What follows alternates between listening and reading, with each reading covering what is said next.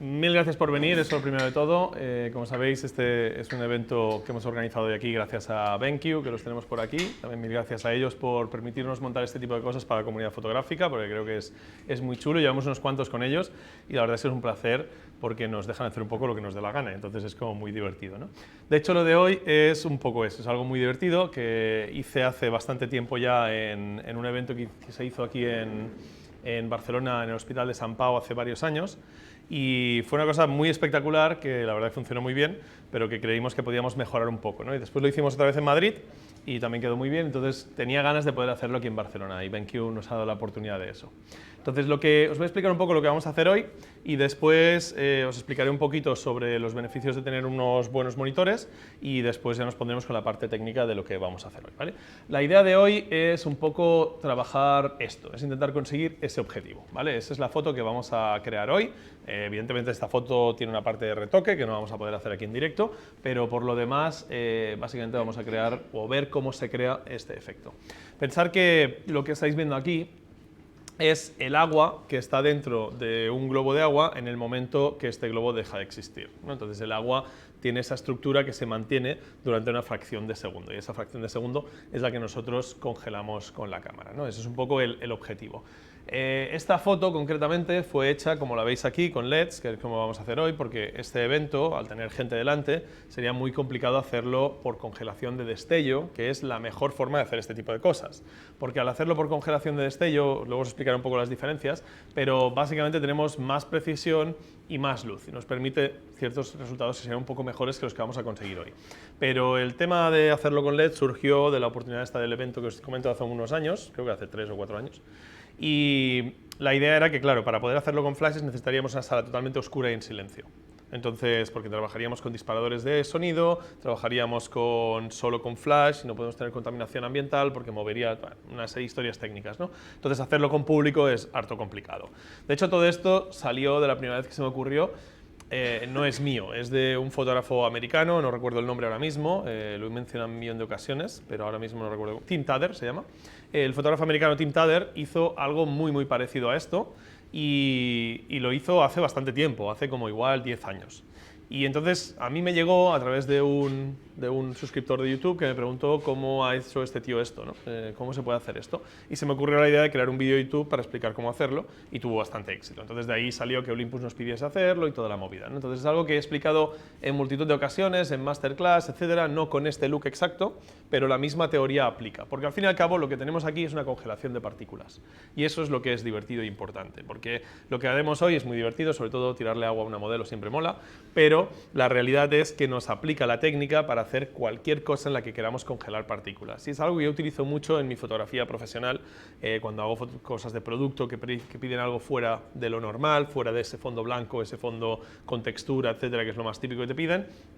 Pero, por ejemplo, imaginaros pues, que tienes una bota de montaña, una chiruca, y que de repente es una chiruca que es pues, de Gore-Tex, que aguanta el agua, el barro, etcétera. Pues imaginaos una bota que tenga una explosión de barro alrededor, ¿no? Pues eso podría ser una aplicación comercial de este tipo de fotografía, pero es más divertido hacerlo con una modelo y tirarle agua, así que por eso es por lo que nos optamos a hacer.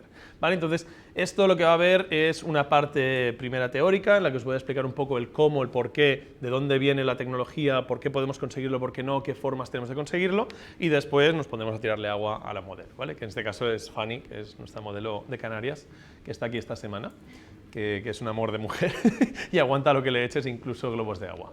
Bien, vamos a empezar primero por la parte que os comento del tema de los monitores, ¿vale? Porque es algo muy importante y creo que le damos poco valor.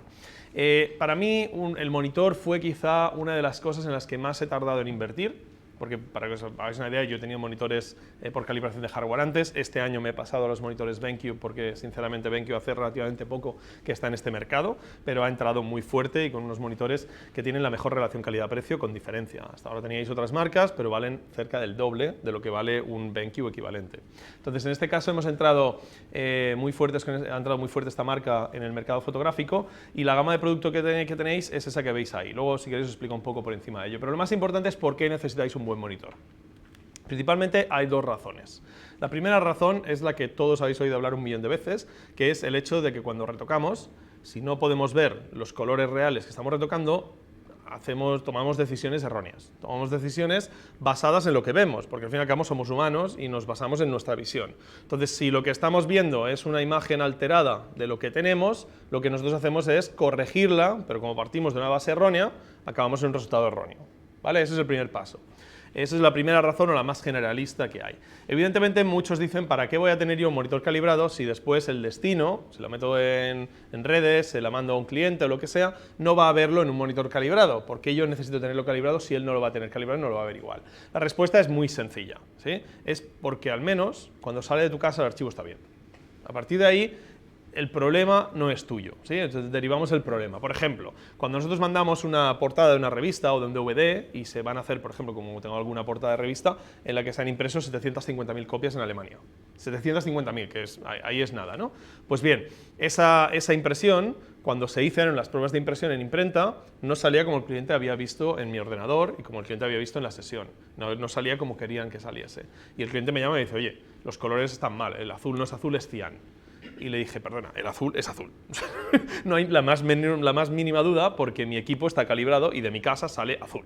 A partir de ahí, habla con tu impresor o dile a tu impresor que me llame y nos ponemos de acuerdo. Y evidentemente pues era un problema de los perfiles de impresión, ¿sí? Entonces, a partir de ahí, en el momento que el cliente te llama, lo primero, lo más habitual es que el cliente culpe al fotógrafo, ¿no? Que somos un poco como la raíz del problema. Entonces, el cliente no entiende de perfiles de color, el cliente no entiende de tal, pero tú sí que entiendes de que, vale, pues sinceramente el problema no es culpa mía, dile a tu impresor que me llame y lo solucionamos, y ya está, no pasa nada, ¿no? Y no hay que cargarle las culpas a nadie. Pero sí que es cierto que cuando el cliente ya no es un cliente, por decirlo de alguna forma, que es ignorante digitalmente hablando, sino que es un cliente, que es una agencia de publicidad, que es un tal, pues ellos ya saben que tus archivos están calibrados, lo están, ¿no? Incluso pasamos cartas de color y todo este tipo de cosas. Entonces directamente ya no te llaman. Entonces ahí ahorras un montón de curro gracias a saber que tus archivos estaban bien. Para mí, sinceramente, esa es una opción, es una razón que siempre ha sido importante y que creo que es la más obvia cuando te vas a pillar un monitor, pero no es para mí la más importante. Para mí la más importante es que yo trabajo casi siempre conectado al monitor cuando estoy trabajando en estudio. Entonces, lo que yo veo en el monitor causa reacciones en mi iluminación. Es decir, si yo estoy viendo una imagen y estoy viendo que tiene mucho contraste, y estoy disparando mi foto y tengo mucho contraste, lo que voy a hacer es alterar mi iluminación para quitarle contraste. ¿Sí? Lo que sucede es que si el contraste me lo estaba dando el monitor, lo que me va a pasar es que yo voy a modificar mi iluminación que ya estaba bien, con lo cual estoy haciendo algo que no podré deshacer en postproducción, ¿sí? Porque eso es algo físico, entonces eso no lo podré arreglar.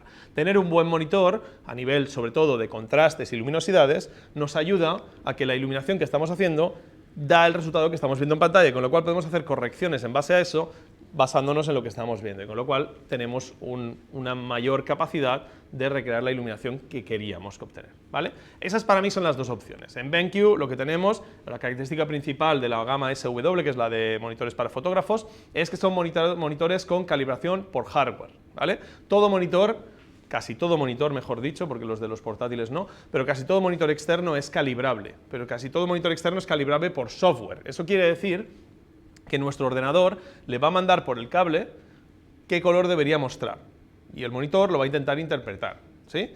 Lo que sucede es que si mañana pongo otro ordenador aquí y lo conecto, el monitor ya no estaría calibrado, ¿sí? Y además ese perfil de color de software se corrompe con el paso de las horas, literalmente, ¿sí? Se va estropeando. Entonces, el perfil de color de hardware es mucho más estable. Entonces, en lugar de dárselo por software, se lo damos por hardware, lo ponemos en el ordenador y a partir en el monitor, y a partir de ahí está calibrado siempre, ¿sí? Con lo cual, con lo que eso tenemos mejores resultados, además de que la calibración es mucho más precisa que una calibración por software, ¿vale? Esa es la característica principal de un calibrador, de un monitor por hardware.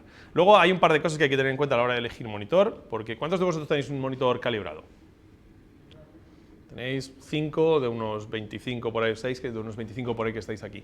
Bien, a la hora de elegir monitor hay varias opciones. Esa es la primera que deberíais tener en cuenta. Eso aumenta el precio del monitor. El que sea un monitor calibrado es cuando hablamos de un monitor profesional. Todos los monitores que no son calibrados ya no son tan así. Todos estos monitores profesionales que tienen calibración por hardware también admiten el Adobe RGB en un porcentaje muy alto, cerca del 99%. Bien, entonces eso quiere decir que los colores reales que vuestra cámara captura los podréis ver, ¿vale? Porque vuestra cámara captura en Adobe RGB independientemente de lo que pongáis. Si ponéis ese RGB en la cámara, lo único que va a suceder es que cuando disparéis JPG más RAW, el JPG estará en ese RGB. pero el RAW seguirá estando en Adobe RGB siempre, porque no tiene capacidad de alterar algo que es su captura. ¿Bien? Entonces, cuando vosotros tenéis un monitor que no cubre el espectro Adobe RGB, ese monitor no puede mostrar todos los colores que tenéis en vuestra cámara. Eso puede ser dramático o menos dramático dependiendo del nivel de exigencia y dependiendo de los tipos de colores que tengáis en vuestra imagen, ¿vale? Pero es algo que hay que tener en cuenta. Entonces, el primer salto de precio en los monitores es precisamente cuando quieres hacer ese Adobe RGB y esa calibración por hardware. Ahí es donde saltamos de precio de un monitor que podríamos decir bueno a un monitor profesional, ¿vale? Y ahí es donde entra la gama SW. BenQ tiene otros monitores que no son Adobe RGB y no son calibrados por hardware, de un precio muy competitivo si queréis algo un poco más barato, y siguen siendo monitores muy atractivos, por ejemplo, los que utilizan para gaming o para diseño gráfico. Pero si queréis un monitor profesional de fotografía, esa es la gama. A partir de ahí, la única decisión que os queda es de tamaño y de resolución. En 32 pulgadas, que es este que veis aquí, solo existe 4K. Pero en 27 pulgadas tenéis la opción de 4K y 2K. Ahí tenéis que decidir según lo que os interese más. O mayor espacio de trabajo o menos píxeles para que cuando hagáis un zoom al 100% la imagen sea más grande. Yo prefiero los 2K para trabajar el retoque, pero en estudio prefiero los 4K. Entonces tengo un 4K aquí y tengo dos monitores 2K en mi despacho, algo parecido a lo que tiene Marc ahora mismo ahí en la mesa. Luego tenemos los de 27 4K para todo el tema de edición de vídeo, que el 4K es básico, y para todo el tema para mi retocador también, que prefiere 4K. Entonces es un poco la gama de monitores que tenéis a la hora de elegir. Son estos que veis aquí, más el 32 pulgadas. Ahora acaba de salir un monitor nuevo, que es este de aquí, el SW270C, que es una gama nueva de monitor que ha sacado BenQ, que sustituye un poco al 27 2K anterior. Es un monitor súper atractivo porque tiene una función, por ejemplo, que del monitor lo conectamos a la corriente y del monitor le podemos sacar un USB-C y darle corriente a nuestro portátil. Con lo cual ya no tenemos que tener cargador de portátil. Ya nos olvidamos totalmente del cargador del portátil, ¿sabes? O sea, reducir cables, eso mola porque el mismo cable que le da corriente del monitor al ordenador le da la señal de vídeo. Es un USB-C y te permite ya la bidireccionalidad tanto de vídeo como de corriente, ¿vale? Esto es un poco la novedad en los últimos monitores. ¿Tenéis alguna duda sobre el tema monitores? Vale, pues vamos a la parte ya más técnica. Luego ya veréis, si tenéis alguna duda de información, también los tenéis evidentemente en CubeStudio, para si queréis comprar alguno de los monitores, los tenéis ahí para comprarlos. Son súper competitivos de precio y la verdad es que son monitores muy buenos. Yo os suelo recomendar, ya os digo, tengo dos 24 para mi despacho, para retocar y para trabajar. Tengo una pantalla normalmente de oficina, mails, etcétera, y la otra pantalla de Photoshop y tal. Y luego tenemos pues aquí en el estudio el grande 32, que es una joya para trabajar en el estudio, es una pasada, ¿vale? Bien. Vamos a empezar ya con el tema de la alta velocidad, ¿vale? Lo primero de todo que vamos a ver es que, como os decía antes, esto no solo lo podemos aplicar a esa foto tan concreta, sino que todo lo que veis aquí son fotos de alta velocidad en las que de una forma u otra hay alta velocidad relacionada y con lo cual la técnica que vamos a ver hoy es importante conocerla. Pero desde cosas muy comerciales hasta cosas muy artísticas, tiene una aplicación que en el momento que soltéis el coco os va a ayudar. Yo siempre digo que la técnica es algo bastante irrelevante en fotografía, bastante irrelevante, pero que es algo que podemos aprender, echar al fondo de nuestro cerebro y cuando la creatividad lo necesite lo utilizará, ¿sí? Entonces, eso es algo que es básico para mí, porque cuando a mí se me ocurre, por ejemplo, hacer la foto de la bailarina, que es una foto bastante icónica de mi portfolio, la podéis ver cuando vais al baño, es tan grande impresa. Cuando se me ocurre hacer esa foto, se me ocurre cómo hacerla porque sé esa técnica. O sea, si no hubiese sido conocedor de esa técnica, de esa posibilidad de congelar partículas, ni hubiese tenido ni idea de por dónde empezar, ni cómo hacer esa imagen. Así que es importante conocer técnica de cosas que a veces dices, pues, esto yo no lo voy a usar en la vida, y luego al final es una de las cosas que acaba marcando una de tus fotos más icónicas, ¿no? Yo, no sé si habéis oído alguna vez decir a Ansel Adams, que decía, creo que era Ansel Adams, que decía que si como fotógrafo sacas una buena foto al año, cuando tengas 50 años tendrás un portfolio de la hostia. Pues yo creo que esa es una de esas 50, ¿sí? Porque yo creo que es una de esas fotos que para mí son icónicas. Vale, lo primero que hay que entender cuando trabajamos el movimiento en fotografía es qué es el movimiento. Si os pregunto aquí, ¿este coche está en movimiento o está parado? Vamos a ver, ¿está en movimiento? ¿Cuántos de vosotros pensáis que está en movimiento? Levantad la mano. Podría estarlo. ¿Y está parado? ¿Cuántos pensáis que está parado? Unos cuantos más se optan porque está parado y los demás no tenéis opinión definida, ¿no?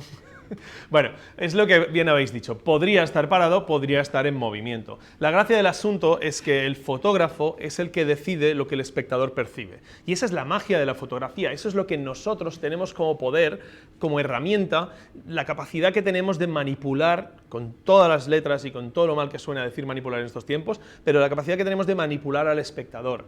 Precisamente es la magia del fotógrafo. Esa manipulación, he hablado un millón de veces de ello también porque tengo una opinión bastante polarizada del tema, esa manipulación no solo es consciente, yo puedo decidir poner pues unos parámetros u otros para que esto salga movido o no salga movido y se perciba movido o no se perciba movido, pero es que directamente en el momento que tú sacas la cámara y apuntas a alguien estás manipulando en dirección a tus creencias. Si tú eres, por ejemplo, de un partido político y te asignan un trabajo y tienes que ir a fotografiar a otro partido político contrario, lo vas a fotografiar de una forma distinta que una persona que sea afín a ese partido político. Entonces, desde el primer momento, desde el minuto cero en que sacamos la cámara, nosotros estamos manipulando a nuestra audiencia. Ahora, luego hay una parte de manipulación que la hacemos de forma consciente, pero hay una parte muy importante de manipulación inconsciente.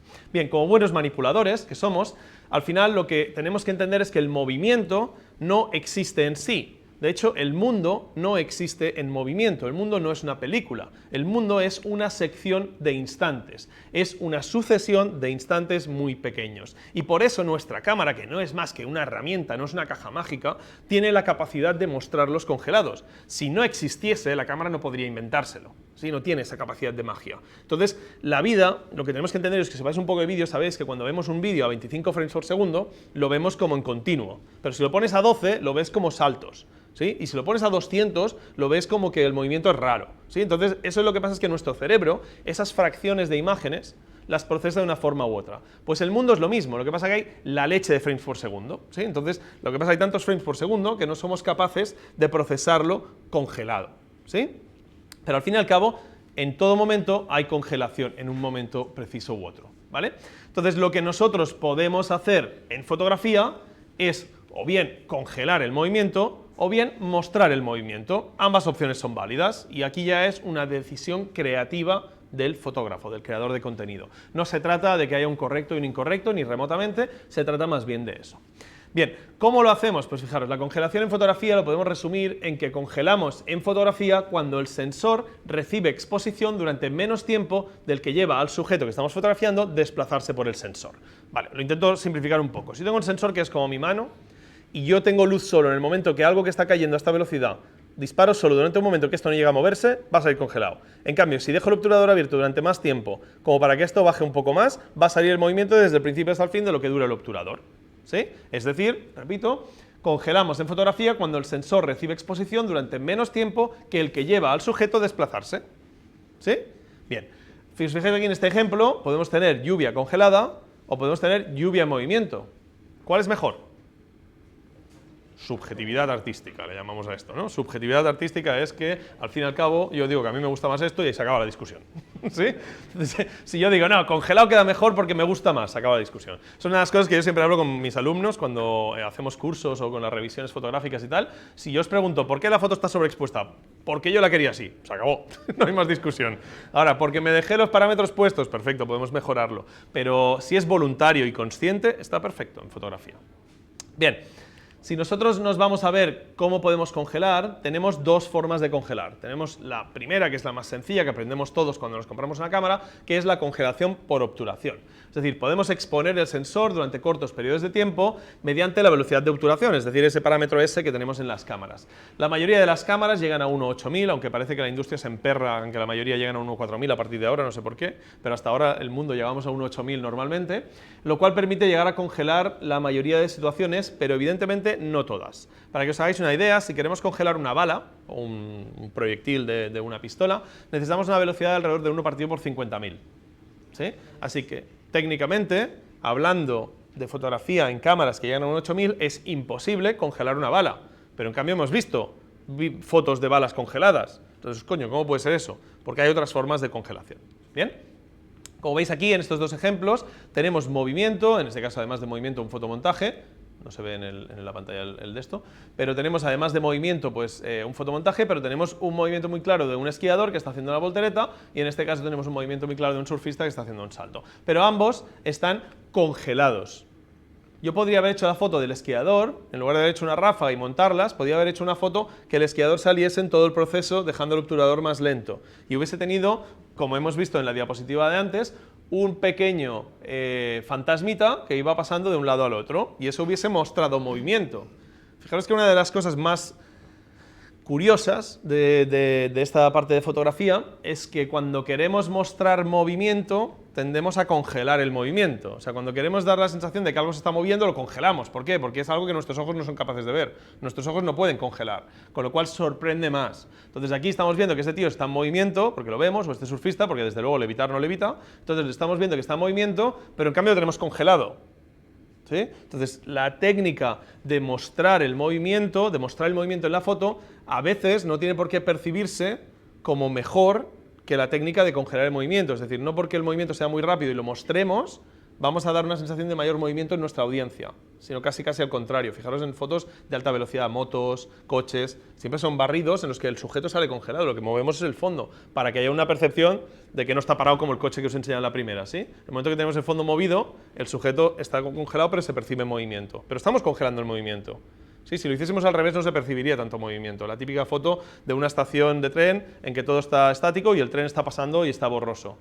También se percibe una sensación de movimiento, pero es distinta, ¿sí? Entonces no hay una mejor ni una peor, cada foto requerirá una cosa u otra. Bien, ¿por qué podemos congelar por obturación? Pues bien, porque tenemos un obturador que lo que hace un obturador es simplemente abrir una cortina, exponer el sensor durante un factor de tiempo y a partir de ahí cerrar una cortina después que hace que esa parte de exposición se fije. Pero en el momento que pasamos a altas velocidades, el obturador funciona de forma un poco distinta.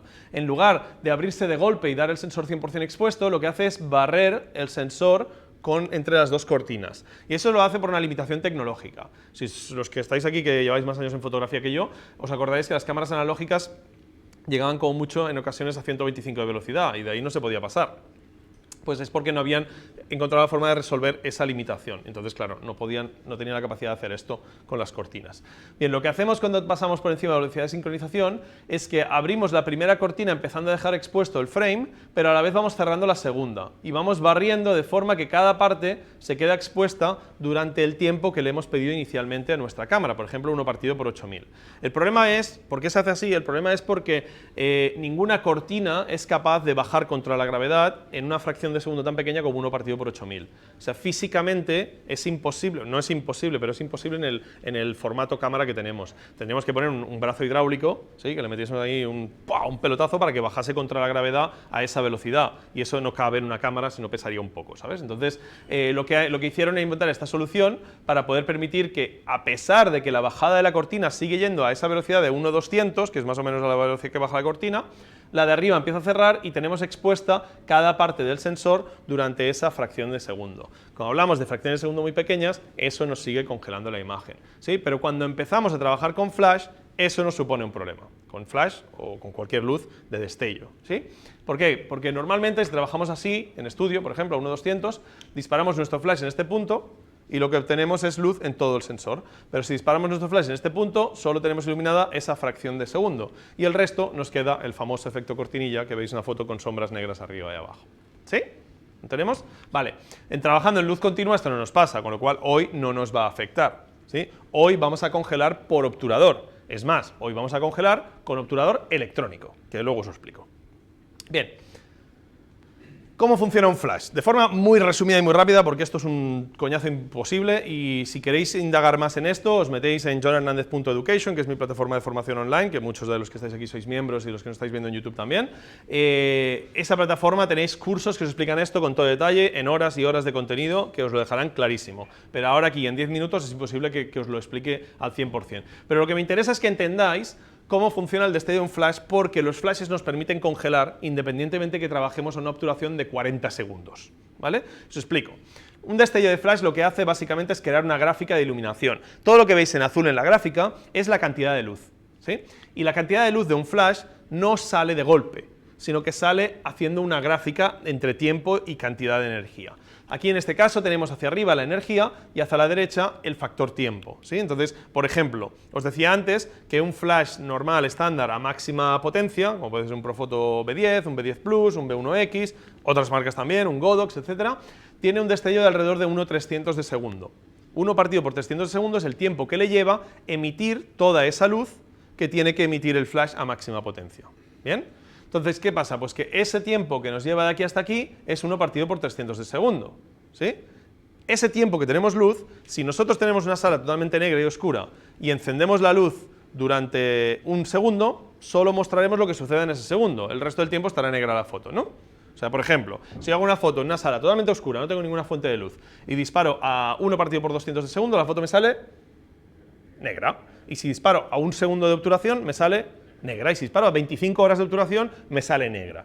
La NASA diría otra cosa aquí, porque encontraron cómo encontrar luz en la oscuridad. Ya cuando leí el título dije, yo el artículo no me lo leo, ¿sabes?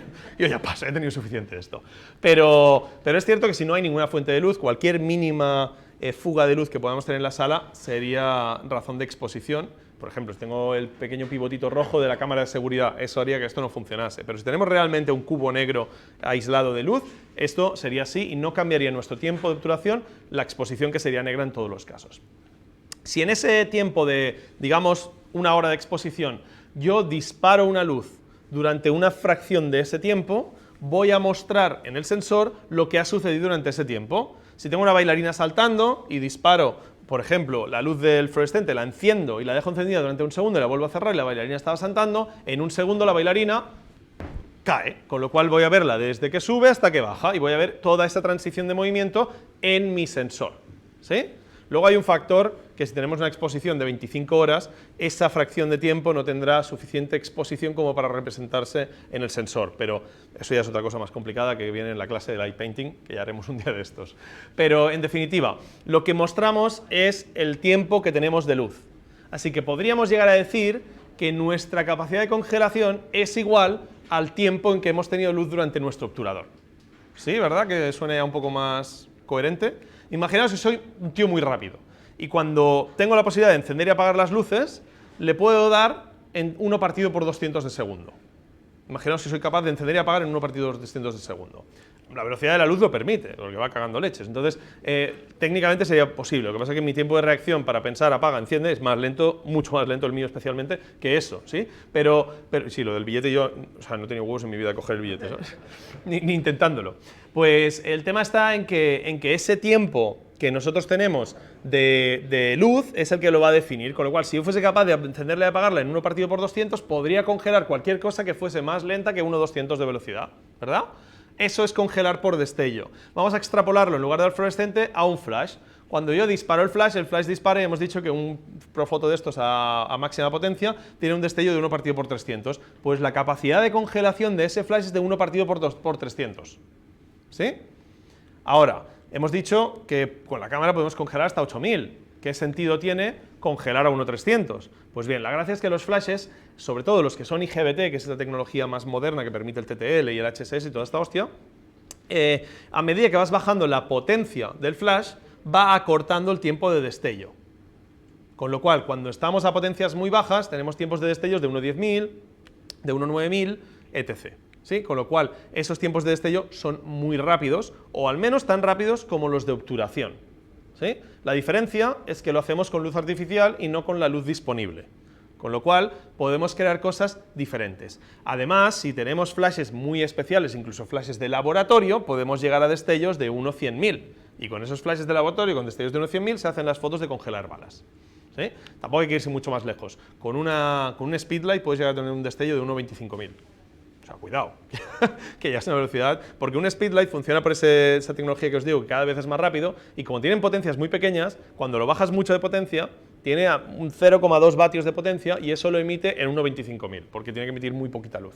Entonces, los flashes de mano, los speedlights, son un poco la herramienta con mayor congelación. Lo que pasa es que a ver qué eres capaz de hacer con 0,2 vatios, ¿sabes? Que es un poco jodido. Entonces, eso es importante. Es importante, de todos modos, que entendáis que los fabricantes no suelen darnos el T01, que es el tiempo en el que el flash emite el 90% de potencia, que es lo que los fotógrafos entendemos como la velocidad de congelación del flash, sino que nos suele dar un dato más interesante, bueno, más interesante no, más marketingiano, que es el T05, que es el tiempo en que el flash emite el 50% de su luz, que es un dato bastante inútil.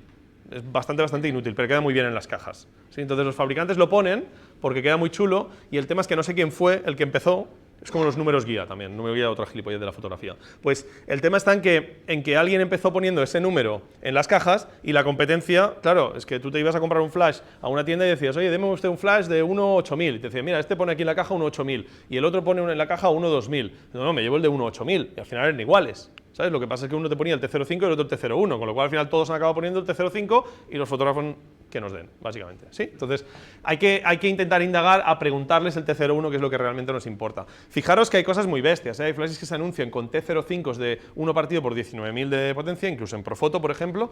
No sé qué flash fue que sacaron, que anunciaban, no, perdón, el nuevo generador lo anunciaban a 1.58.000 o algo así, una barbaridad de destello, perdón, de velocidad de destello. La realidad es que a máxima potencia tiene un destello de 1 partido por 300. Y nos están diciendo 1.50 y pico mil en la caja.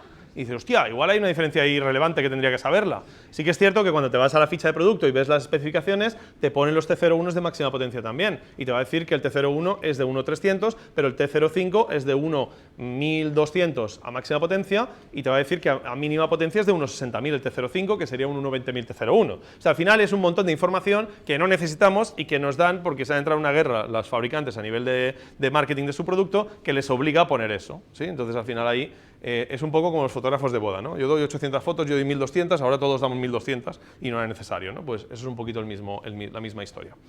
Bien, en definitiva, de norma general, por si no os fiáis del fabricante, el T05 lo dividís por 3 y os suele salir el T01 más o menos real. Eso es muy a lo bruto, pero funciona bastante bien. Bien. ¿Qué pasa cuando queremos congelar por destello? Pues fijaros que, como hemos dicho antes, en un entorno que solo hay flashes, mi sensor solo recibe la exposición durante un tiempo igual al T01 del flash que yo estoy utilizando, el tiempo de congelación del flash. Congelaré el movimiento a una velocidad igual al destello del flash, independientemente de sea cual sea mi velocidad de obturador. Si yo disparo a 10 segundos, pero solo tengo flash durante 1 partido por 2000, congelaré a 1.2000. Si te utilizo un flash de 1.300, congelaré a 1.300. O sea, la velocidad de congelación dependerá del flash que esté utilizando. Puede utilizarse con cualquier cámara. De repente tenemos una tecnología que solo depende del flash y de lo que estemos haciendo, es decir, de la velocidad de la acción más la velocidad de destello del flash. Pero cualquier cosa, que no tenemos ni que tener un disparador. Podemos encender la cámara, darle a disparar a 10 segundos y darle al flash, al botón, para que dispare. ¿Sí? O sea, no tenemos que hacer absolutamente, no necesitamos ningún tipo de tecnología. ¿Sí? Se obtiene el 100% de la potencia que tengamos en esa potencia del flash porque lo capturaremos todo el destello, porque el destello siempre será más corto que nuestra obturación, con lo cual todo caerá dentro de nuestra foto. Y los flashes rápidos tienen un problemilla, que suelen ser bastante más caros. Podemos llegar a hablar de velocidades de 1.10.000, como os decía, en algunos flashes, por ejemplo, de Broncolor y Profoto también los tienen, pero hablamos de equipos ya de 8.000, 9.000 euros, para aquellos que queremos hacer destello rápido a altas potencias. ¿Sí? Destello rápido a bajas potencias, ya os hemos dicho, desde un speedlight hasta cualquier flash que nos crucemos por la mano. La mayoría de flashes de estudio son un poco más rápidos que los portátiles, también es cierto. ¿Sí? Los de estudio siempre están un poco más orientados a ser un poco más rápidos que los otros. Tenemos otra opción, que podemos trabajar con flash a alta velocidad de obturación y congelar por obturador utilizando flash, que es el famoso High Speed Sync, o el HSS, o el HyperSync. No voy a entrar muy en detalle, pero básicamente son tecnologías que nos permiten aumentar la velocidad de obturación y aún y así tener luz en todo el frame, porque en esa máscara que teníamos que desplazaba el obturador, en lugar de meter un solo destello con toda la potencia, metemos una ametralladora de destellos de muy poca potencia, con lo cual la primera franja recibe 36, la segunda 34, la tercera 35 y la otra 38, con lo cual queda una exposición más o menos homogénea en todo el frame. ¿Sí? Entonces, de esa forma conseguimos poder disparar a alta velocidad a pesar de que nuestro flash sea lento. ¿Sí? El problema, que al subir obturador perdemos potencia también, con lo cual tampoco ganamos mucho. Cuando estamos en este entorno, si estáis en la calle, necesitáis tener esa alta velocidad de obturación para controlar la exposición del sol y a la vez podéis trabajar con flash, con lo cual el HSS es una herramienta más bien de trabajar en exteriores, una herramienta de profundidad de campo, porque nos permite no tener que trabajar a F16 en la calle, sino que podemos trabajar, por ejemplo, un F2.8. ¿Sí? Eso es para lo que principalmente lo utilizamos. Pero lo podríamos utilizar en estudios si nuestros flashes no fuesen rápidos a medida que los bajamos de potencia. El problema es que vais a trabajar a altas velocidades y a la vez a altas potencias de flash, con lo cual olvidaros, por ejemplo, de la ráfaga. ¿Sí? Un flash a altas potencias no es capaz de refrescar más rápido de un destello cada segundo, cada 2 segundos. ¿Sí? Chicos, ¿os podéis dar una silla a Irene, de las del despacho? Entonces, a la que tú subes de velocidad de obturación, le requieres más potencia del flash porque la estás perdiendo por HSS, con lo cual pierdes el factor ráfaga. En cambio, si trabajas con un flash de destello rápido, que lo tienes a potencias más bajas, y tú trabajas a una velocidad en sincro, podrás disparar, por ejemplo, en ráfaga que Profoto te aguanta 15 por segundo, por ejemplo. Entonces, no está mal cuando quieres hacer alguna congelación de algo, tener una ráfaga para tener más de una oportunidad. Tradicionalmente, este tipo de cosas lo hacíamos con un disparador por sonido, buscando el delay adecuado de 3 microsegundos cuando explota el globo tal, porque solo tienes una oportunidad, porque es un destello. Ahora, como tienes una opción de ráfaga, le metes una ráfaga de 15 por segundo y si no lo pillas en la primera, lo pillas en la quinta foto. ¿Sí? Y eso es un poco lo que vamos a hacer hoy, porque lo que vamos a hacer es un movimiento que no es rápido, no, va a toda leche. Entonces, eso va a ser más complicado.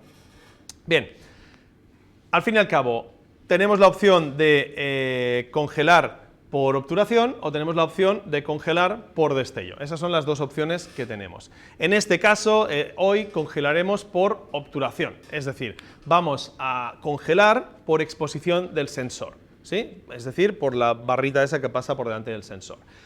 ¿Qué pasa? Que para congelar líquidos normalmente requerimos de alrededor de unos 6000 de velocidad, con lo cual inicialmente podríamos pensar que si yo disparo a unos 6000 de velocidad puedo congelar líquidos, ¿sí? Lo que pasa es que el líquido es una partícula un poco complicada, porque resulta que, por ejemplo, una explosión de agua, todas las partículas de agua que salen de esa explosión salen con el mismo impacto, la misma fuerza, ¿sí? Si nos acordamos un poco de la física de instituto, si la velocidad depende de la masa multiplicado por la fuerza en la que hemos impactado, ¿sí? Por la velocidad. Entonces, lo que sucede es que si tenemos una gota más gorda que otra, la gorda va más lenta que la pequeña que va más rápido. Entonces, decimos los fotógrafos que unos 6000 sirve para congelar líquidos de forma general, porque en general los líquidos más o menos los podemos congelar a esa velocidad, pero las gotas más pequeñas no se van a congelar a unos 6000, igual tiene una velocidad de 1.32000.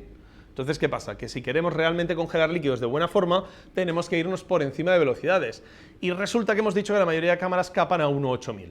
Pues bien, capan a 1.8000 en lo que llamamos obturador de cortina, esas cortinas que habéis visto. Pero a día de hoy hay una tecnología nueva, o relativamente nueva, que es el obturador electrónico. El obturador electrónico es simplemente encender y apagar el sensor, ¿sí? O sea, imaginaos lo que hemos evolucionado para llegar a eso, ¿no? Pues ahí hemos llegado. En lugar de poner cosas por delante del sensor, hemos llegado a la conclusión que es mejor apagarlo y encenderlo. No, realmente, fuera coñas. El obturador electrónico existe desde hace muchos años, muchísimos años. La mayoría de cámaras compactas llevan obturador electrónico, la mayoría de móviles, todos los móviles llevan obturador electrónico, y hay muchos más aparatos de captura de imágenes que llevan obturador electrónico. Pero el obturador electrónico no acababa de funcionar del todo bien y sobre todo tenía delay. Desde que yo le daba al botón, tardaba un rato en apagarse. Y eso es lo que os pasa con los móviles, que veis al niño corriendo, intentáis hacer la foto y cuando hacéis la foto ya el niño no está, ¿sí? Está la foto del paisaje muy bonito, pero el niño ya está allá abajo. Pues eso pasa con los obturadores electrónicos malillos. Entonces los obturadores electrónicos más avanzados han perdido ese delay y nos permiten cosas tan bestias como, por ejemplo, velocidades de 1 partido por 32.000, que fue una de las cosas que Olympus hizo, los primeros que lo hicieron en el mercado. Nos permiten cosas como, por ejemplo, disparar 60 fotos por segundo, 60 puñeteras fotos por segundo, que es una salvajada. Pues eso no lo permite un obturador electrónico ni de coña, ni lo conseguirá nunca. Yo creo que alrededor de 12, 13 fotos por segundo, 15, Olympus creo que llega a 15, lo que más, pero 60 fotos por segundo es una salvajada. Entonces, al final, lo que nos aporta, por ejemplo, en este caso la cámara Olympus, es que nos permite ProCapture, que ahora os explicaré lo que es porque es una cosa muy específica de Olympus, hasta 1.32.000 de segundo, nos permite capturar 100 imágenes continuas en RAW porque tiene un buffer de la leche esta cámara, y nos permite 60 frames por segundo, cosas que con otras cámaras no se pueden hacer. De hecho, es más, los que queráis disparar después que os hayáis traído cámara, veréis que con vuestras cámaras va a ser bastante más complicado conseguir el resultado que yo consigo con la mía. Que puede salir, os digo ahora que se puede hacer, pero es más complicado que con una Olympus. Bien, ¿qué es el ProCapture? Pues el ProCapture es una cosa muy guay que tiene esta Olympus, que básicamente corrige el error humano, ¿vale? Vamos, os he dicho antes que mi capacidad de reacción es la de un sapo ciego, más o menos, ¿vale? Entonces, por ejemplo, si yo estoy haciendo una foto de la naturaleza y tengo un pajarito puesto en una rama y quiero hacer una foto justo cuando el pájaro empiece a volar y abre las alas, ¿sí? Entonces yo lo que tengo que hacer es apuntarle, tenerle en foco, y cuando vea por mi ojo, a través del visor electrónico, en este caso, óptico, da igual la cámara que tengáis, que el pájaro abre las alas y va a volar, disparo, ¿sí? Entonces, ¿qué me pasa? Lo del niño. Cuando disparo el pájaro ya no está, ¿sí? Entonces, lo que tiene Olympus es la capacidad, que no es la única marca, porque alguna marca le ha copiado después, creo que Panasonic lo tiene también, lo que tiene es que básicamente, mientras yo estoy enfocando, la cámara va almacenando imágenes en el buffer ya, por si acaso. Dice, oye, por si acaso en algún momento te da por disparar, las voy almacenando. Y entonces, cuando tú disparas, el buffer decide, pues mira, las que me hayas dicho en el menú, las últimas 20, antes de disparar, te las guardo también. ¿Sí? Porque las tengo en captura continua. ¿Sí? Entonces, ¿qué pasa? Que eso se adelanta a mi tiempo de reacción. Entonces, ese pájaro que se había ido, yo sigo disparando en el momento que el pájaro ya no está, pero la cámara corrige mi tiempo de reacción almacenando esas imágenes que yo hubiese perdido. ¿Sí? Esto mola un montón y es una de las cosas que vamos a utilizar hoy porque veréis que esto tiene un poco de coreografía. Es 1, 2, 3 y otro le pega el globo, Fanny se moja y si yo no le daba tiempo al botón, Fanny se tiene que mojar otra vez. Con esto, a la primera lo clavo normalmente, ahora no lo voy a hacer, pero a la primera me suele salir bien, ¿vale? Entonces, lo que vamos a hacer ahora aquí, básicamente es lo siguiente. Vamos a poner a Fanny en un taburete, le vamos a poner un globo en la cabeza y lo que vamos a hacer es que cuando yo diga 3, uno de los chicos va a explotar el globo en la cabeza de Fanny. Entonces, yo para entonces debería ya estar disparando. Imaginaos la complicación de cuadrar ese momento, que es un microsegundo, en el factor, o sea, a ojo, ¿no? De decir, no, pues a ojo, a ver, 1, 2, 3, pum. O sea, igual le tengo que tirar 200 globos antes de que consiga una congelación remotamente cercana. Con esto me voy a adelantar a mi fallo humano y tal, y al fallo de que el otro le dé un poco más tarde y tal, y nos vamos a dar margen. De hecho, en el ProCapture lo tengo configurado que me guarde 15 fotos de las de antes de que yo pulse el botón, pero que de después me guarde otras 84. Con lo cual, cada vez que yo le dé al botón va a tirar 100 fotos la broma. ¿Sí? En obturador electrónico a 60 fotos por segundo. Es decir, realmente vamos a estar capturando 1,5 segundos de acción, 1,5 segundos de acción, en RAW, ¿eh? Esto no es un vídeo y luego sacamos una captura de pantalla. Esto es un RAW con todas las que tiene que tener. Entonces vamos a sacar 100 fotos durante 1,5 segundos, que va a ser el tiempo que nos vamos a dar de margen de la acción. Claro, si él le pincha el globo y yo disparo 3 segundos después, no va a salir, ¿vale? Pero tengo 1,5 segundos de margen, que con que caiga la explosión en ese 1,5 segundos, la tengo seguro, ¿vale? Esa es la gracia del ProCapture. Antes de empezar con el ProCapture, porque como os digo, cada vez que le doy al botón son 100 fotos la broma, lo voy a poner de momento en un disparo normal para crear la iluminación y la exposición, ¿vale? Entonces, lo primero que vamos a hacer es crear la iluminación. Fanny, vente para acá. Fanti, vente para acá. Cuidado el fuego, no te quemes con la bolsa de basura. No, si yo me quiero quemar. Pasa. Vale, Fanny está un poco asustada, ¿eh? Está hoy un poquito asustada. Yo le he dicho que no pasa nada. ¿Sabéis qué pasa? Que Fanny también es maquilladora. ¿Cómo es tu Instagram? Uso el mismo, Estefanía Pae Modelo. Estefanía Pae Modelo, porque es modelo y maquilladora a la vez, ¿vale? Entonces, es maquilladora profesional y Fanny me hizo lo de los globos en Madrid con Carmen, otra de nuestras modelos, y se lo pasó teta pinchándole globos en la cabeza. Hoy viene el día del pago. Bien, lo primero que voy a hacer es iluminar esto, ¿vale? Entonces, voy a bajar, esto es un panel LED, lo habéis visto aquí hace un rato, supongo que os lo imaginabais, porque como os digo, tenemos que hacer esto con LEDs porque si no sería tremendamente complicado por el tema de estar en público y con gente aquí en el estudio. Entonces voy a acercarle el LED muchísimo porque uno de los problemas de las luces LED es que tienen menos intensidad que los flashes de calle. O sea, hablamos de que hay diferencias de 7, 6 pasos de diferencias, o sea que el flash multiplica 6 veces exponencialmente la potencia de un LED parecido, ¿sí? Esto es uno de los LEDs más potentes que hay en el mercado. Hablamos de 600 vatios en un panel LED que mide 1,20 m por 1,20 m.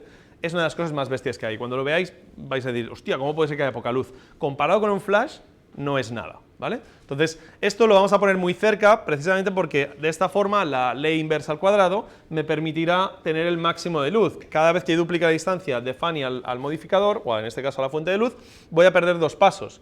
Quiero aprovechar el máximo de pasos. Y cuando veáis la foto os explicaré que es una de las razones por las que esto se hace mejor con flash, en un espacio cerrado, oscuro y en silencio, que con LEDs. Pero bueno, para el resultado que queremos hoy ya va a ser bastante resultón. Bien, voy a girar esto un poco, a ver si lo consigo. Le voy a dar un poco de misterio y de tiempo para que Fanny vaya cogiendo nervios, ¿sabes? Porque creo que es más guay así. A ver, esto por aquí y lo voy a girar, para otro lado. Esta jirafa necesita un poco de aceite, me parece. Vale. Y lo vamos a bajar un pelín más, porque aquí no. Vais a ver que voy a hacer un plano extremadamente cerrado. De hecho, después deberéis disparar. Lo abriremos un poquito cuando os toque disparar a vosotros para que podáis caber al menos 3 fotógrafos a la vez. Si no, Fanny con 30 globos puede ser una fiesta tremenda. Y vamos a intentar conseguir un frame aquí más o menos interesante de Fanny. Poner la cámara en vertical. Vale, algo así, por ejemplo. Fanny, siéntate hacia un lado. Igual te pongo un solo taburete o qué. No, quiero que te pongas con las piernas hacia un lado y que gires el torso. Espera, un solo taburete. Toma, chicos. Eso, pero muévelo para este lado, por favor. Eso es, ahí, perfecta. Vale, entonces ahí ya tenemos a Fanny, ¿vale? Entonces, como os digo, nosotros vamos a trabajar a una velocidad muy alta, entonces, a pesar de que tendremos mucha luz, vamos a encender esto. Fanny, cuidado, no te asustes, cierra los ojos de momento.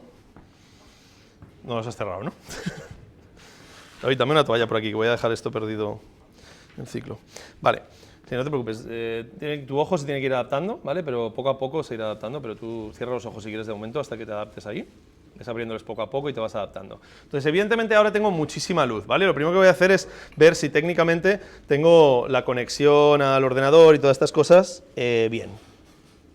Vale, voy a hacer una foto de prueba, vais a ver que está tremendamente quemada. Vamos a poner aquí el software para que podáis ver lo que va saliendo. Vale, lo tenéis aquí. Ahí tengo muchísima luz, pero pensad que estoy... Aquí, fuera, es que estoy liando la parda aquí. Déjalo ahí, eso es, perfecto, gracias. Pero pensar que estoy disparando ahora mismo 201.2 y a ISO 100. En este caso vamos a trabajar probablemente a un ISO 1600.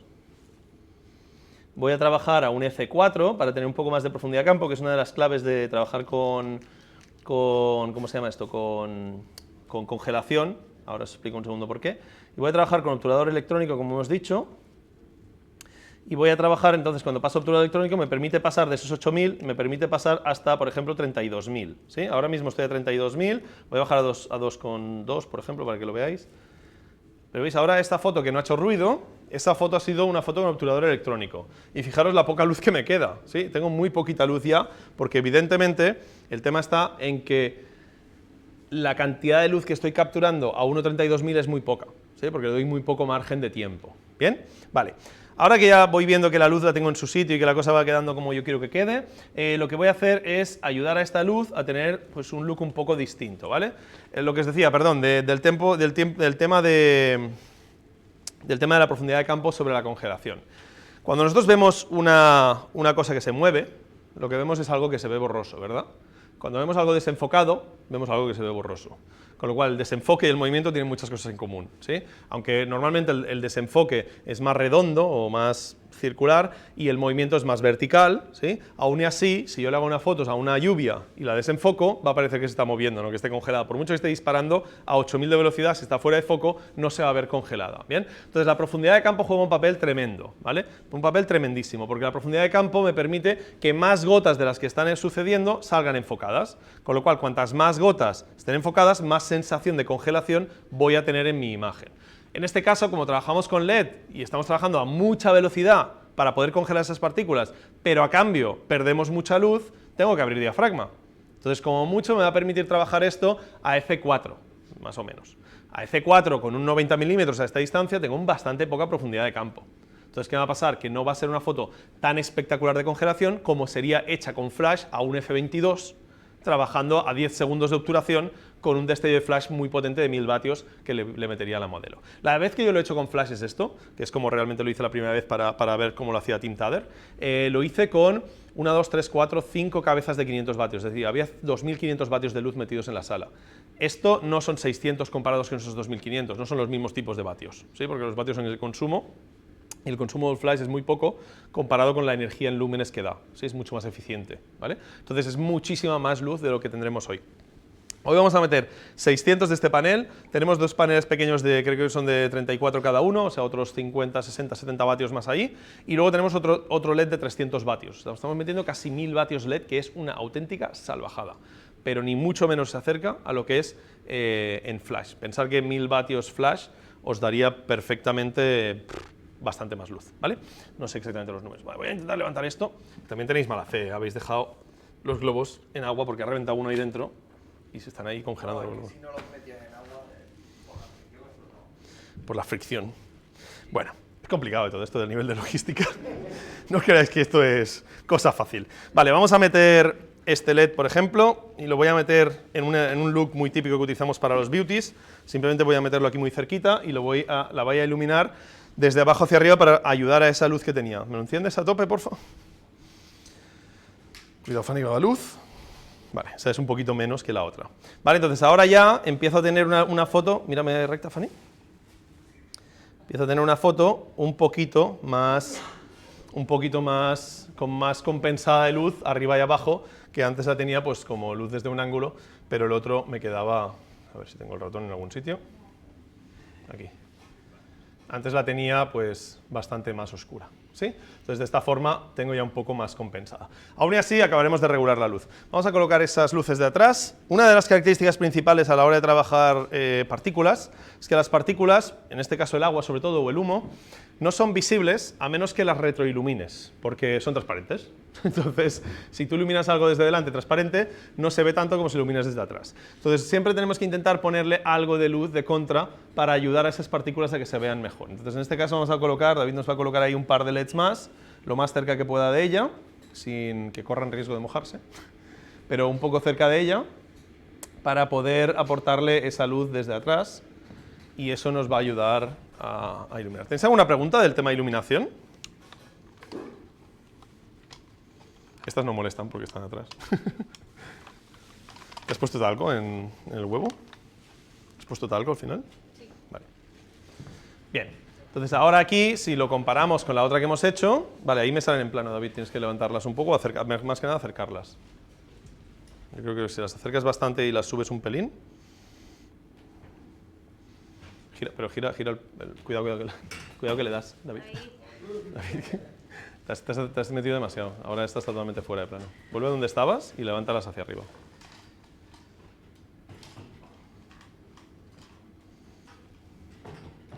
¿Por qué no la levantas de la barra? ¿No? ¿Te estás llevando? Vale. Ahí, cierra. Y ahora muévelas para allá. No, muévelas de... Vale. Vale, ahí más o menos, pero tienes que levantar un poco más. Espera. Es que estaban un poco más picadas, ¿no? Yo creo que sería lo suyo. Para que le venga un poco más alta. ¿Se aguantan ahí? Sí.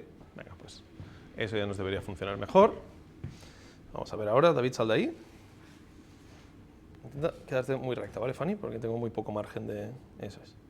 Vale, ahora seguimos en la misma exposición, pero ahora fijaros como la parte de arriba de la cabeza tiene un pelín más de luz, que esa luz va a ser la que le va a entrar al globo cuando explote, y esa es la luz que sobre todo vamos a tener más interesante, ¿vale?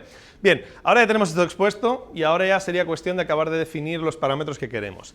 Yo podría hacer la foto directamente a una velocidad de 32.000, pero realmente, como os he dicho, el agua se congela alrededor de 6.000, o sea que 32.000 es un poco exagerado, ¿vale? Y como no voy sobrado de luz, pues voy a intentar bajarlo y voy a trabajar, por ejemplo, a 16.000 de velocidad y me voy a permitir el lujo, por ejemplo, pues mira, en este caso, como quiero más profundidad, voy a subir un F4, pero me voy a permitir el lujo de subir ISO y voy a subir en este caso hasta 3.200 ISO, que creo que esta cámara lo aguanta bastante bien, y 3,5, por ejemplo.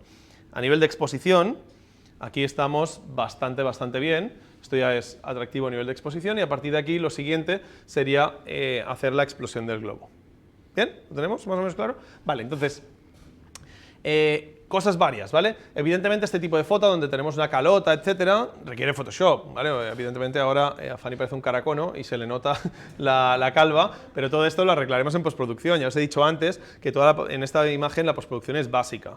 De hecho, cuando lo hicimos con Flash, le pusimos geles de color para darle luz de color al agua, ¿sí? Que es esa foto que habéis visto icónica y tal, pero al final lo acabamos cambiando. De hecho, esa foto que habéis visto que tenía un fondo púrpura lo habíamos puesto azul y la luz de la cresta la habíamos hecho roja, y al final lo hicimos púrpura a la luz de la cresta y creo que, bueno, y un violeta en el fondo, bueno, un rollo así un poco diferente, ¿no? Pero al final es que es muy complicado en toda esta parte técnica que tenemos encima meterle color, porque ¿sabéis qué pasa? Que el color es más visible cuando menos luz tiene. ¿Sí? Si vosotros imagináis una rueda de color, los colores cuando van desde el centro son negros y cuando se van a las esquinas son blancos, y por el camino pasan de saturación de un rojo muy granate a un rojo muy palo, ¿sí? Entonces, si nosotros le damos mucha luz, que es lo que necesitamos aquí para hacer esto, nos vamos a quedar con un color bastante ¿no? pastelado y poca saturación, entonces no va a quedar todo lo guay que quedaría, con lo cual al final optamos por hacerlo en neutro y luego aplicarle en postproducción el color, ¿vale? Que es más básico, más práctico. Bien. A partir de aquí, fijaros, si yo pongo la cámara en obturador electrónico, en obturador normal, y la pongo en máxima velocidad, lo máximo que me permite es disparar a 8.000 de velocidad. Y esta es la velocidad de Olympus en obturador electrónico. Escuchadlo bien, ¿eh? Pongo el micro aquí cerca. ¿Sí? Son unas cuantas fotos, ¿vale? Y eso es lo que permite una Olympus gracias a tener un sensor más pequeño, que muchas veces vemos el sensor pequeño como un defecto, pero es algo bastante positivo, en según qué casos. Por ejemplo, lo primero que permite es que el sensor tenga un readout más rápido y con lo cual podemos tener la información más rápidamente en el procesador de imagen. Segundo, requiere menos electrónica para procesar esas imágenes. Tercero, el mismo buffer en una Hasselblad que tiene archivos de 100 megas o en una Olympus que los tiene de 10, permite muchos más archivos y mucha más gestión. Permite ráfagas de 15 fotos por segundo. Permite muchas cosas positivas que muchas veces simplemente pensamos, sensor pequeño, me da poco desenfoque. ¿Sí? Pero fijaros que a la vez, aquí a mí me está haciendo falta más enfoque. Pero fijaros que yo estoy disparando esto a un F4, aprox, y ese F4 en Olympus me está dando una profundidad de campo equivalente en una full frame de lo que sería un F8. Pero en cambio me requiere la luz de un F4. ¿Sí? Si vosotros vais a hacer esta foto y tenéis una full frame, para tener la misma foto vais a tener que tirar a F8 y no tenéis luz. Entonces, cuidado que el sensor pequeño a veces es bueno. ¿Sí? Vale, eso es lo que conseguiríamos, pero aún y así, disparando 15 fotos por segundo, cuando tenemos una acción de 1,5 segundos, tiraríamos máximo 22 fotos. Y clavar la buena en 22 fotos es harto complicado. ¿Sí? Aún y con toda esta especialidad que tenemos 15 fotos por segundo es una barbaridad. Cuando disparo a 60 fotos por segundo, multiplico por 4 mis posibilidades de poder congelar esa escena. ¿Sí? Además, como tengo obturador de cortina, solo puedo disparar esas 15 fotos por segundo a 1/8000, con lo cual voy a disparar fotos de mayor tiempo, con lo cual con menor congelación y menos cantidad de fotos. Así que en este caso la congelación de obturación, la obturación electrónica me permite unos beneficios que no tendría de otra forma. Sí, dime. En este caso, por ejemplo, si tuvieras que hacer esto si no tuvieras una Olympus, si tuvieras que hacer entre APS-C y Full Frame... APS-C me permitiría hacerlo, si estuviese trabajando con luz continua, APS-C sin ninguna duda. Si estuviese trabajando, a ver, más allá de la calidad de imagen, que ya sabéis que evidentemente mayor es el sensor, mayor calidad de imagen tenemos. Entonces, a partir de ahí, si tu prioridad es la calidad de imagen, sigue tirando en full frame. Pero depende, si trabajas con flash, como te puedes permitir subirte a un F22, pues no hay problema, puedes tirar con una full frame o con un formato medio, ¿sí? No hay ningún problema. Pero mientras estés limitado por la cantidad de luz, el sensor más pequeño es mejor. Yo siempre digo que luz continua, sensor pequeño.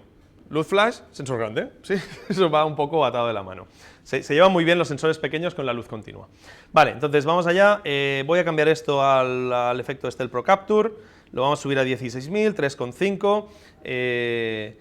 Vale, Fanny, lo más importante aquí, yo sé que tú se lo has explicado ya alguna modelo que hemos hecho esto, pero lo más importante aquí es que cuando te caiga el chorro de agua que lo vas a flipar, no cierres los ojos, porque si no tenemos que repetir. Y entonces tenemos que repetir y repetir. ¿Vale? Bien, en principio lo tenemos. Es una lástima porque antes el software de Olympus, que es el Olympus Workspace, cuando yo disparaba en 60 fotos por segundo y toda la historia, me permitía mostrar la foto tras foto, iba muy rápido, pero desde que sacaron la nueva versión nos saldrá de golpe todo lo que hemos hecho, entonces iré para atrás y lo veremos, ¿vale? Pero de golpe no veréis esa progresión del agua moviéndose a la velocidad que hemos hecho. Vamos, David, a poner un globo. Fanny, Fanny, Fanny. Yo creo que es mejor que te pongas al otro lado, David, si no, no se te van a aguantar, sí, porque te van a reventar y tal.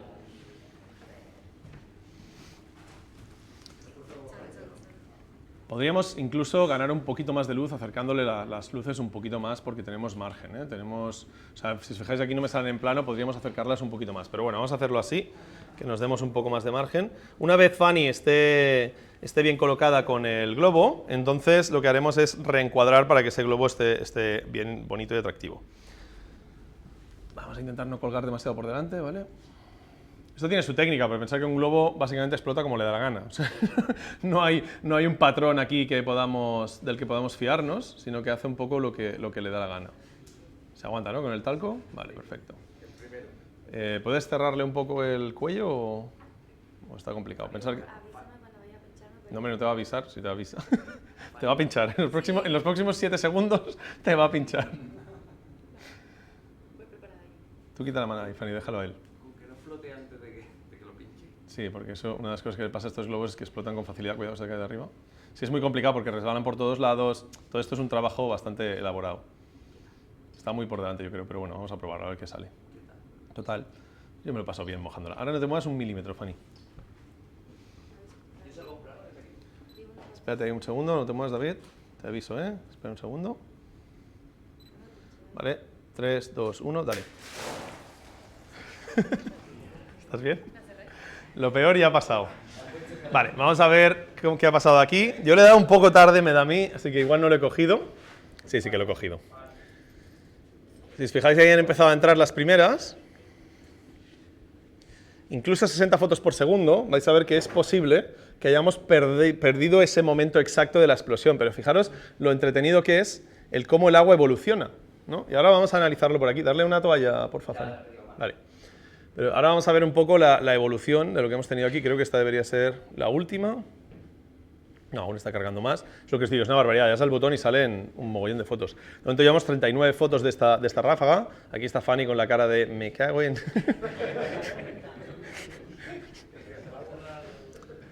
El agua le hemos puesto agua calentita, lo que pasa es que hemos intentado ponerle agua muy caliente y los globos petaban. Entonces, eso no estaba previsto, no estaba en el contrato. Pero Fanny es una guerrera. Fanny es una jabata, como te decían el otro día en Madrid, ¿no? Que me pregunta, ¿qué quiere decir jabata? ¿Qué? Sí, ahora voy para allá. Vale, tenemos aquí las fotos y fijaros, estas son las últimas, ¿vale? Vamos a ir para atrás. Entonces, si os fijáis hay muy poco cambio, pero fijaros cómo van cambiando las gotas. Espera, voy a ponerlo en grande. A ver si desde aquí puedo pasar. Fijaros cómo van cambiando las gotas, porque evidentemente estamos yendo marcha atrás, ¿eh? Estamos yendo para atrás. Fijaros cómo volvemos para atrás, el agua está empezando a subir por la cara de Fanny. Esto ya da para hacer una serie fotográfica casi, ¿sabes? Porque esto ya mola mucho. Fijaros el nivel de congelación, ese nivel de congelación tan bestia, no lo consigues a 1.8000 o a 1.4000 de velocidad. Estamos tirando a 1.16000, que es muchísimo, ¿vale? Pero fijaros cómo vamos a ir cerrando. Y fijaros esas cortinas de agua que parecen medusas, ¿no? Que eso le llamamos un poco medusas. Y hace tiempo se me ocurrió, la primera vez que hice esto y vi los efectos de después de la explosión, empecé a pensar que con esto se podrían hacer, no sé, ¿no os recuerda un poco a Darth Vader en transparente? Es un poco ese rollo, ¿no? Pues se podrían hacer cosas muy interesantes. Y a partir de aquí, pero fijaros que entre esta y esta, o sea, aquí hay un movimiento brutal de agua. Entonces, en eso hay, o sea, uno partido por 0,02 de segundo. O sea, hay muy poco tiempo de factor porque estamos disparando a 60 fotos en cada segundo, ¿no? Pero son ¿cómo se diría? Partes de segundo que afectan. Fijaros que aquí, por ejemplo, la cara de Fanny está totalmente seca. Totalmente seca. Y aquí ya nos vamos acercando a la parte de la explosión del globo. Fijaros que aquí tenemos aún la aguja de David, cómo está saliendo por allí, y cómo lo ha pinchado. Y vamos a ver si hemos tenido suerte o hay que repetir. Fanny. Ahí Fanny aún no se había enterado. Y fijar cómo ahí tenemos una buena explosión en el cuello. Arriba es tarde. Y fijaros aquí, por ejemplo. Bastante chulo, ¿no? La congelación es muy atractiva. De verdad que en la congelación ahí, ¿veis? El globo está entero y el globo ya no está. ¿Sí? Pero ¿qué pasa? Que por la forma del globo, el efecto que conseguimos en una zona u otra no es siempre el mismo. Entonces, a veces, nos ha salido a veces, y lo vamos a repetir ahora a ver qué tal, pero nos ha salido a veces que todo el globo está así, que es lo que buscamos. ¿Sí? Bueno, es que es lo que digo, es tan impredecible y cada globo es distinto que no es técnicamente programable, ¿no? Nosotros hemos probado a poner el globo más colgado hacia adelante. Yo lo que veo aquí, por ejemplo, es que el globo estaba igual muy pesado hacia adelante, entonces esta agua que hacía un peso hacia aquí se ha quedado ahí más estática, mientras que el agua de atrás ha empezado a reventar antes, ¿sí? Por la posición del globo. Entonces, siempre tienes que intentar no ponerlo tan atrás, pero claro, pones más atrás y se cae. Vamos a probar una cosa distinta, vamos a ponerle uno alrededor del cuello, como un collar, y vamos a hacer otro para que veáis diferentes, ¿vale? Luego probaremos otras cosas.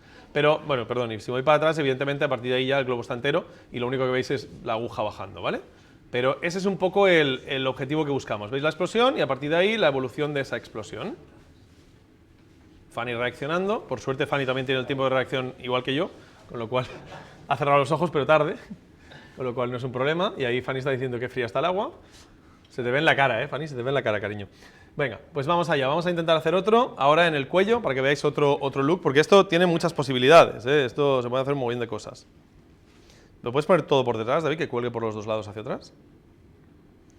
El problema es que no quiero que me explote a mí. Pero, tío, hemos venido a jugar, ¿no? Vale, ahí está bien. Fanny, tú cógelo por los lados aquí, con las manos a los lados, pero sin apretarlo, ¿vale? Sujétalo como si lo cogieses con las uñas que llevas. Ahí, perfecto. Ya me pones una cara como... ¿Vale? Sí, claro. No te lo digo en coña. Vale, David. ¿Veis? Ahora cuando tengo la cámara en foco, me sale un logo ahí que son como dos flechas cruzadas. Quiere decir que el buffer está almacenando ya por si acaso John le da por disparar, ¿vale? Venga. Separa un poco más las manos para que yo vea un poco más eso, el agua. Eso es, ahí. Abre los codos a tope. Eso es. Ahí, perfecto. Venga. 1, 2, 3. Bueno, no sé si lo he pillado, porque también he tenido el tiempo de reacción. Sí, creo que sí que lo hemos pillado. Ahí has estado muy bien, Fanny, ¿eh? Has estado muy bien de acting ahí. Vale, sécala un poco y me vas montando uno en la cabeza otra vez. Vamos a repetir la cresta a ver si... ¿Qué os parece? ¿Mola? A ver, porque este de aquí está cargando imágenes aún, es lo que os decía. Ahora la transmisión de imágenes en el nuevo software es un poco más lenta. Míralo. Ahí la hemos cogido perfecta. Le hemos sacado, Fanny. No, no lo vas a ver. Hasta luego. Y fijaros la diferencia. Vamos ahora cuando acabe de cargarlas, porque también eso es lo que os decía. Fijaros que lo hemos cogido ahora en la foto, creo que 30 o 20 y pico. Las primeras 15 yo me las hubiese perdido. ¿Sí? Y le tengo el truco bastante pillado. Entonces, lo del ProCapture va muy, pero que muy bien, ¿eh? Va muy, pero que muy bien. Pensad que hay cosas que a veces son un poco más imprevisibles incluso que esto. Vale, vamos a ver si... Podemos ir para atrás. Vale, fijaros cómo aquí va evolucionando. ¿Os dais cuenta que el grito de Fanny es más intenso cuando tiene agua en el cuerpo?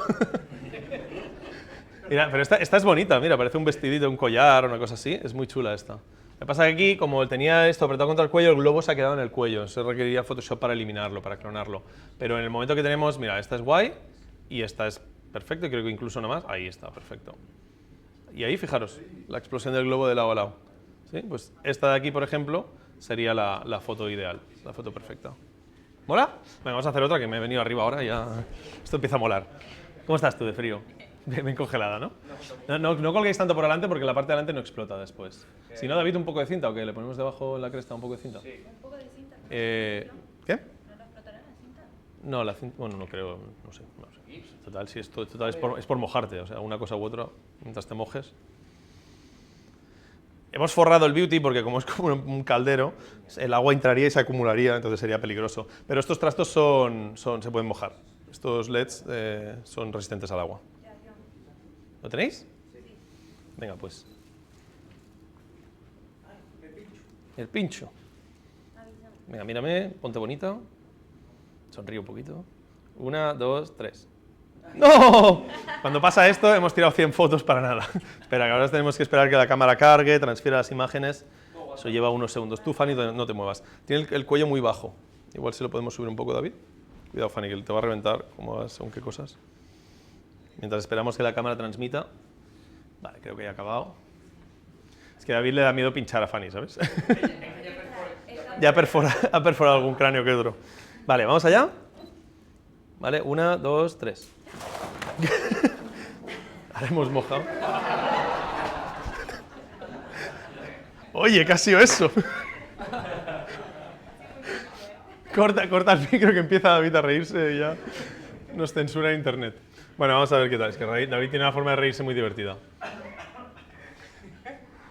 A ver, vamos a ver si lo hemos cogido. ¿Pero qué ha sido eso? ¿Que se ha quedado el globo con agua? Se ha quedado con una manguera ahí. Pues no sé si lo hemos cogido. Vamos a ver si lo hemos pillado.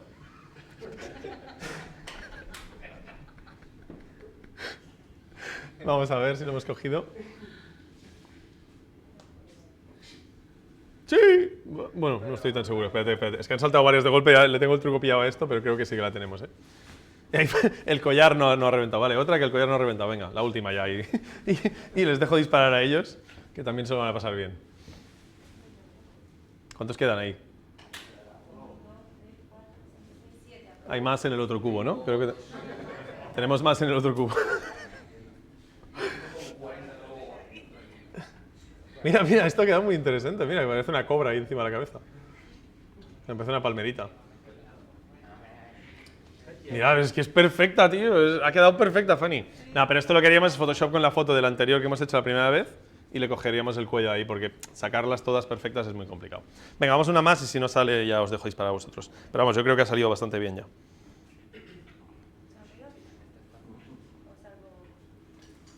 Venga. ¿Sí? Sí, sonríe un poquito. Si total te dura poco la sonrisa. Venga. 1, 2, 3. Otra vez igual. Otro que se ha quedado ahí. No, pero Fanny. Fanny, por favor, sacrifícate por nosotros.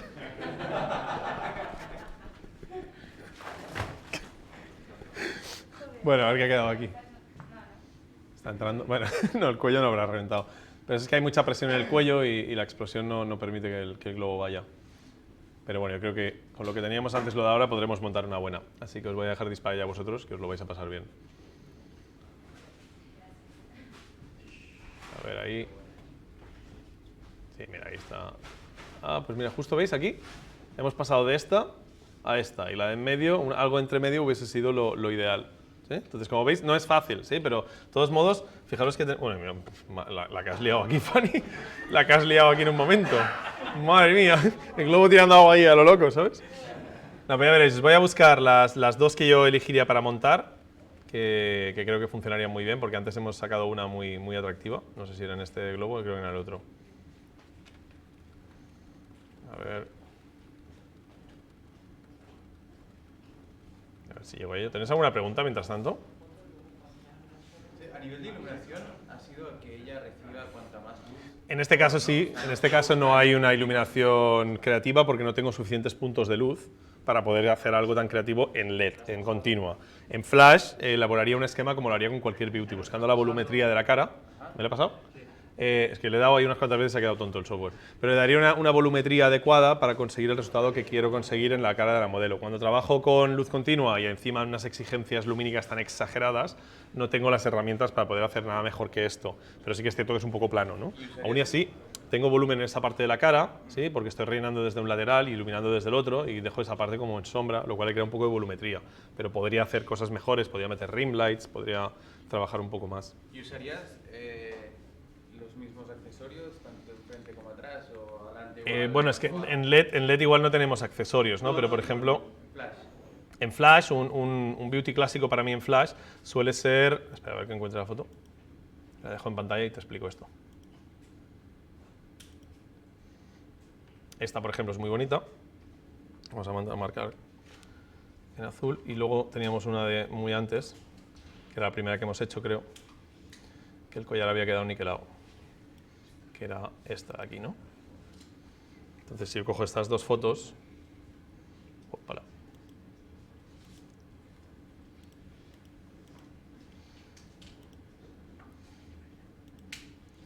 Entre estas dos fotos podríamos montar una foto muy bonita, sin mucha dificultad, ¿eh? Esto es muy sencillo porque está ella exactamente igual, con lo cual es fácil de cuadrar, pero esta sería la que montaremos, de hecho, para enseñaros el resultado de este workshop.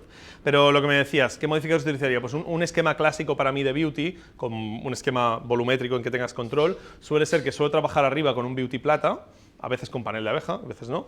Abajo puedo trabajar o bien con otro beauty, o bien con un reflector, o bien con un softbox, que tengo más control sobre la cantidad de luz que devuelve que en el caso de un reflector, haciendo un clamshell, ¿no? Entonces el clamshell lo hago o bien totalmente así, o bien inclinado hacia ambos lados, o sea, cruzado como están aquí, o bien lo puedo hacer ambos desde un mismo lado, donde volumen solo un lado de la cara, pero lo más habitual es que sea como una concha, así, ¿no? Luego utilizaría una luz cenital que me ayudaría muchísimo con la luz del globo, pondría una luz arriba, lo cual tengo que darle un poco más distancia del que utilizaría un beauty normal para poder pinchar. Y luego por detrás utilizaría dos rim lights cruzados y podría utilizar una luz para iluminar el fondo de color y ahorrarme hacerlo en postproducción. Ese sería un poco el esquema. Suelo utilizar 6 luces para un beauty. De todos modos, este fin de semana, si a alguno le apetece o a alguno de los que nos están viendo por internet le apetece, se nos ha liberado alguna plaza del curso que tenemos, que son 2 días intensivos de iluminación con 12 esquemas de luz, 6 modelos. Es un curso muy potente que hacemos y es todo el fin de semana entero, así que si alguien después quiere venir, porque creo que alguno de los que estáis aquí venís, y si alguien se quiere apuntar, ha habido alguna plaza libre, así que si a alguien le apetece, os podéis apuntar y ver más, ver beauties de estos, esquemas con muchas luces y ver más temas de iluminación específicos. Vale, tenemos esto, yo voy a quitar mi cámara de aquí en medio, vamos a ir viniendo en grupos de unos 4, ya sé que va a ser muy reventado de gente, pero es que si no, no vais a poder trabajar todos, entonces simplemente os voy a pedir que os coloquéis todos, como es luz continua, que busquéis un encuadre que os vaya bien y que entre 4 o 3 os podáis repartir cómodamente para poder trabajar. Lo que os recomiendo, poner la ráfaga más rápida que tenéis y todos en grupo contaréis hasta 3, y entonces David petará el globo, ¿vale? La ráfaga más rápida que tengáis, la velocidad más rápida que tengáis y el obturador y el diafragma más abierto que tengáis, ¿vale? Eso es lo que vamos a hacer ahora, así que mientras vais organizándoos un poco por grupos, Voy a despedir a los de internet, chicos, mil gracias por vernos por internet, ya sabéis que nos encanta que estéis ahí, nos vemos pronto, creo que tendremos algún evento más en breve, y si no, ya sabéis que podéis ir a johnhernandez.education, nuestra plataforma de formación online, donde podéis ver un montón de vídeos más como estos, que además aún estamos en Black Friday y lo tenéis solo por €1, así que también os lo digo vosotros, los que os queráis apuntar a la plataforma online de formación, esta semana hasta mañana vale €1 el primer mes, o sea, tenéis un mes de contenido por un solo euro. Gracias y nos vemos.